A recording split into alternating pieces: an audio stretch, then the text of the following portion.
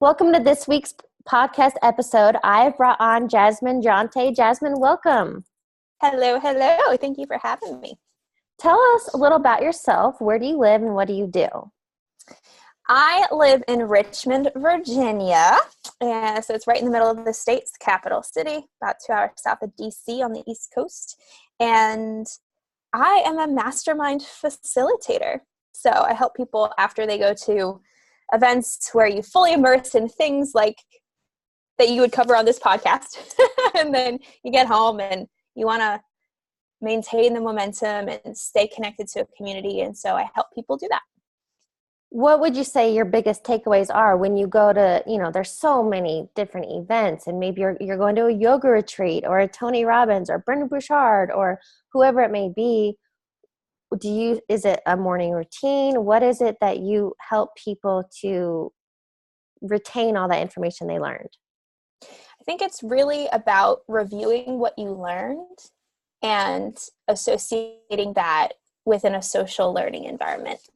So we learn best when we get to talk about what we're learning, which is why people love podcasts so much, because you can hear other people kind of have this discourse around this material and you can relate to what they're saying and create your own associations. And then you're like, oh, I get it. I can apply it to my life. And so whatever it is you learn at an event, whether it's yoga or something that Tony or Brennan would teach about, it's just gets so many layers deeper when you have a chance to express your thoughts on a topic and then hear other people talk about it as well. So for me, it's all about creating new experiences, but associating things you've already learned to the new social learning experiences. So relatable. And I even remember, this takes me back to college. Most people, what we learned or were taught, that people freak out about learning somebody's name because, you go to shake hands, you're like, hi, I'm Heather. And then 2 seconds later, oh my gosh, what was their name? But in college we learned, and of course I'll forget the acronym, but it was to speak it. So then you repeat it and you associate it to maybe, another Heather or some sort of memory, and then boom, it clicks. Mm-hmm.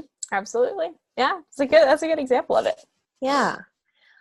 Why I brought you on today and what I want to talk about is something that I am totally in love with, that I've learned about in this last year, but it's, embracing our feminine energy. And I did a podcast months ago about the art of feminine presence, but now I really want to hone in on more of this whole feminine energy. So maybe give a little background. How did you learn about it and what brought you to today?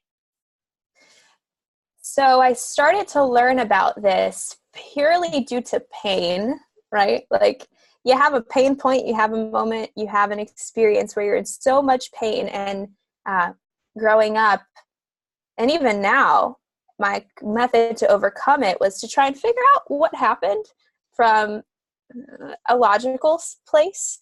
And so I still have those tendencies. And last summer, or last spring, I suppose, I went through this crazy, intense, painful breakup. And it was just like so in love with this guy, just head over heels, like infatuation, but also just, man, I freaking loved him. I would have done anything for him.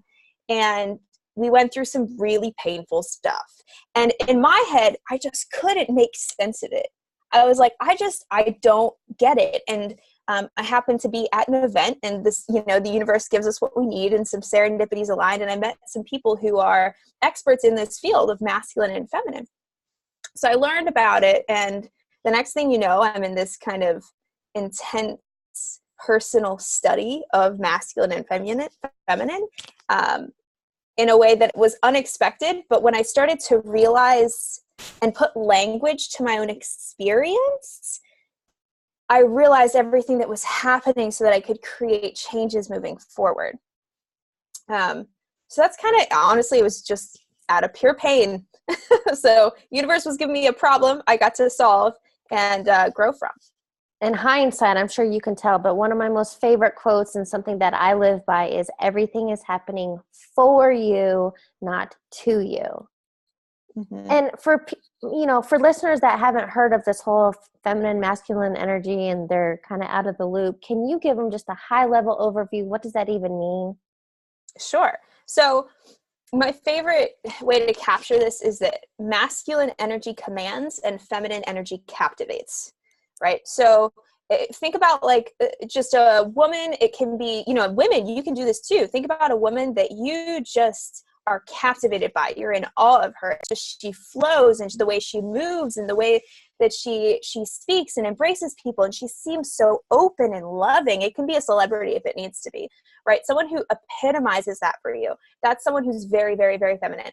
I often think about Marilyn Monroe, right? When I think about very feminine energy, even though she had she had a good bit of masculine energy in her too. Masculine energy is more commanding, but not from a space that's scary, but from a place that makes you feel safe. So especially for the women listening, you know, masculine energy is about being with a man who's so strong in his presence, who knows exactly who he is, exactly what he wants, who stands for what's right, who does the right thing even when it's hard. Those are all very masculine traits. So the metaphor you can kind of think about is the man is like the rock, you know, it's immovable. It's not going to be shaken. And the woman is like the ocean, right? So the woman swirls around that rock, you know, kind of has this flowing energy to her, pushes and pulls and challenges the rock, but the rock doesn't move. So that, you know, that's the high overview kind of metaphor to share about masculine and feminine energy. And what's important to recognize also is that not all men are masculine and not all women are primarily feminine. This is a continuum. You have both energies within you. You're somewhere on this sliding scale. Your core essence is going to be one more than the other.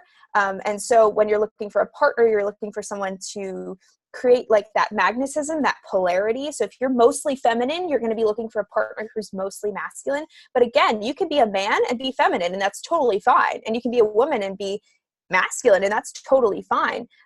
It just operates different ways depending on what, you know, which you're more drawn to. And I can't wait to hear about your experience. But for me, how this came about was, it was almost a year ago now. I learned about this whole feminine, masculine energy, and I didn't really know much about it. But when I realized that I, at my core, am feminine, but I had been exuding this masculine presence of Miss Independent. You know, I love snowboarding, and I had the baggy clothes to fit in with the guys, and you know, I don't need a man, I can fix this on my own. When that at my core is not me. It was a front, it was a wall, it was a mask that I had taken on. And when I was able to see that and then happily pull that away to embrace my femininity, even though knowing at times I need to be masculine, whatever it may be, it was such a game changer. So yeah, I want to go ahead. What did you think when you first went through that process of like taking off the masculine mask? How did it feel? Oh my gosh. Let me just, and right now I really wanted to be in it today. So I put on heels, I'm wearing a skirt, like a girly lacy blouse. I want to be me.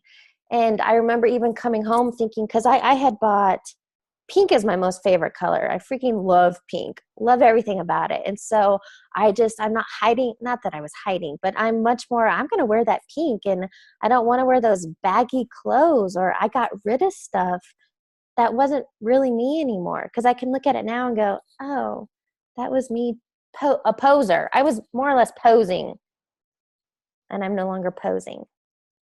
That feels good, doesn't it? Yeah.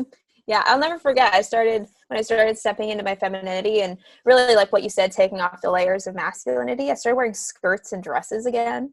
It was like, whoa, this is different. Like, this is a different feeling, and not from a space of like, I wanted to be traditional feminine, just because it felt right to me.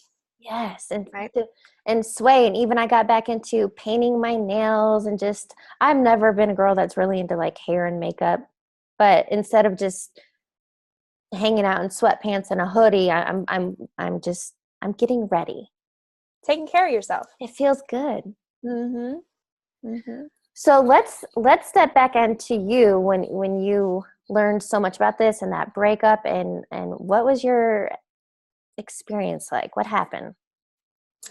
I think that before I had the breakup, I had done a lot of the work. And after the breakup, I realized the work I had done.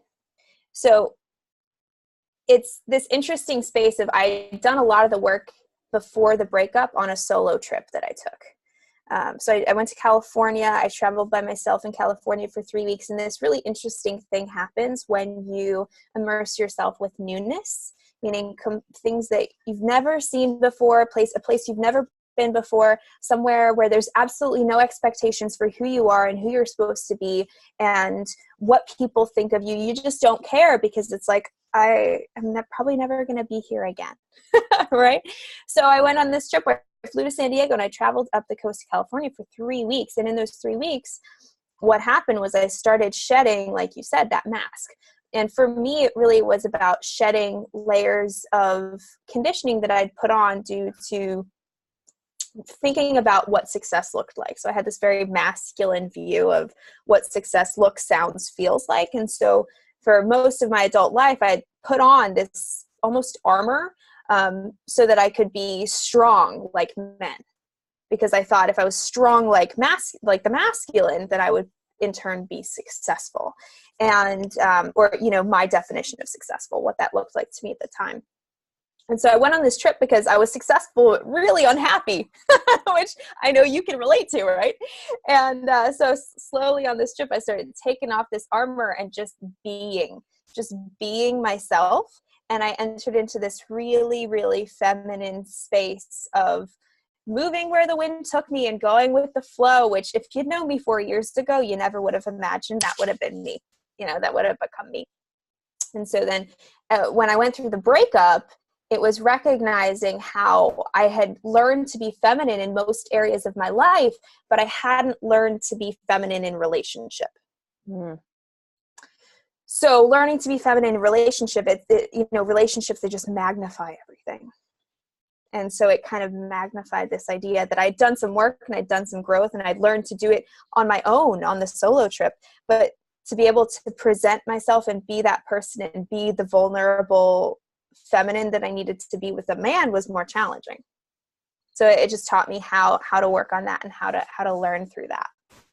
And so what does that mean? So for me, I always used to think of the word vulnerable was weak. If I was vulnerable and I open and I was weak. And so it was creating this shield, this armor, more or less. I think I created myself to be a castle and I had this moat around me. Nobody was getting in. Mm-hmm. I think for women, it's our innate nature, feminine women, it's our innate nature to nurture and to take care of people and to connect. And I think that the warrior woman, I think that women are strong, but our strength comes in our ability to unconditionally love, right? Like we can unconditionally love in a way that is so just beautiful and healing. And I think that is kind of, the shift that we're seeing right now in the world and how people want to change and how feminism is on the rise in a new way. I think it really is leaning towards the feminine warrior unconditionally loving as a way to heal the world. And that's where our strength comes from. And that's what our vulnerability is, rather than this idea of, a masculine man, a warrior commanding, protecting his family, right? It's a very different kind of strong, but both very strong. Yes. So then this road trip, when it seems that you just let go, you surrendered, you embraced, what was that like for you? Oh, girl. It was awesome. It was awesome. I remember driving up the Pacific Coast Highway, which if anyone listening doesn't know, it's like you're literally driving on the coast. Like the cliff is like right there as you're driving. And I just remember like seeing the ocean for the first time again. It was like seeing everything through new eyes. Like, that is so beautiful. Like, how have I not like just stood in awe of the ocean my whole life like this? And I just remember crying as I just let some fears go and just like letting it all out. All of this hardness that I had made myself into because I thought that's what I needed to be. I realized like I can be soft. It is. Yeah. It is like shedding. So it's as though you're taking off these heavy layers of clothing you were wearing, and now it's free and you can breathe. Mm-hmm. And that's really it. It's free. It's this Yeah. feeling of being free and recognizing, like, I love myself from a space that I'm going to allow myself to be who I am. Like, I love myself enough to allow myself to be who I am, rather than, this conditioning that the world puts on us about, you have to be this, you have to be skinny enough, you have to be pretty enough, you have to be strong enough, but not too strong. You have, right? Like, all of these kind of spaces that this little cave, this little box that the world puts you in. And when you love yourself enough to be like, well, F that shit. I don't know if I'm allowed to cuss on this one. Let go. Yeah. Like, F that shit. It's like an awakening. It's like a different kind of awakening. Mm. What advice do you give to listeners, men and women alike, so that they can have this experience too? My breakthroughs did come from immersing myself in myself. So do what you got to do to get out of your safety net. I mean, like, your environmental safety net, your mental safety net, your heart safety net, because when you do that, you recognize your power. And so for me, that looks like traveling. That looks like turning off the phone, taking a plane ticket, and just going. That's what I needed to do. I don't know what that is for you, but give yourself a chance to really come to realize who you are. And I say come to realize because I think that in your heart of hearts, you already know who you are. It's really just about allowing yourself to take off what everyone else has put on you. And so in order to do that, you have to get out of the day-to-day. And so for me, I had to, like, actually physically get out of it. That might be a meditation space for you. Like, that might be a different kind of journey for you. I'm not sure, but just get out and let yourself be who you are. I think the key is to get outside of your comfort zone. Yes. Which I'm a huge advocate of. Because it is, society, and I'm putting no blame on anybody, but society has created this little boring ass box that most everybody lives in. And if you could just pop the top and get out of it and realize how abundant and limitless this experience can be. Mm-hmm. Yeah. Yes. Actually, I call that the box life of this, like, this whole piece I have, this whole bit, if you want to call it, on we're in a box that we think is a cage, and you just have to lift the lid. Yes. It's light. And it's that easy. It's effortless. It's easy. It's just, yeah. You think because the only thing you've seen is inside of the box for so long, you can't realize just how easy it is. Caged. I like that. So then how about, where are you today since that breakup? Tell us about today. I am insanely happy, like unreasonably happy. It's kind of how I like to see it. I am so grateful. I am so thankful. It is the most beautiful gift in the world to love someone unconditionally, no matter what. Just like, there's nothing he could ever say or do, or nope, I'm still going to love him. And I'm going to take care of myself. I'm going to make sure that my heart's taken care of. But at the same time, it's like, no, you have that power and that gift for someone who you went through a lot with, and a lot of it too, Heather, was me realizing it's not on him, it's on me. It's like you said, right? Like, I take 110% responsibility, and I now I really do. Now, after learning all of this, now I really do. I realize my part in all of this, and it's all on me, And gratitude is key. And I'm so glad that you can step back. You found your silver lining, and you are so grateful, and you package that to what an amazing experience.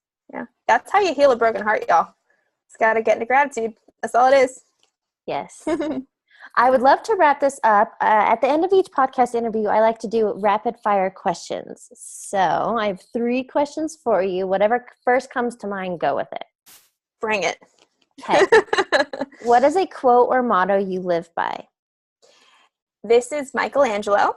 It's Anna Cora Impero, which means still I am learning. I've not heard that. I love that. Second one for you is if you were a box of crayons, what color would you be? Probably like a cyan color blue. Not like super obnoxious and bright, but like a lighter kind of like, you know, the diamond emoji? Yes, That color. it's very specific. And it's kind of an ocean blue, actually. Mm-hmm. Yeah. Oh, interesting. I like it. And for the listeners, what is your final piece of advice you want them to take away? I think final piece of advice is just learn to live authentically. And I say learn because a lot of times we think, oh gosh, I'm not living authentically. I'm not living authentically. And you feel like it's just a switch when it's more like a thermostat. And you learn how to turn it up and turn it down. And so it's never going to be perfect. Just keep practicing, keep learning. That's all life is, progress. Not perfection.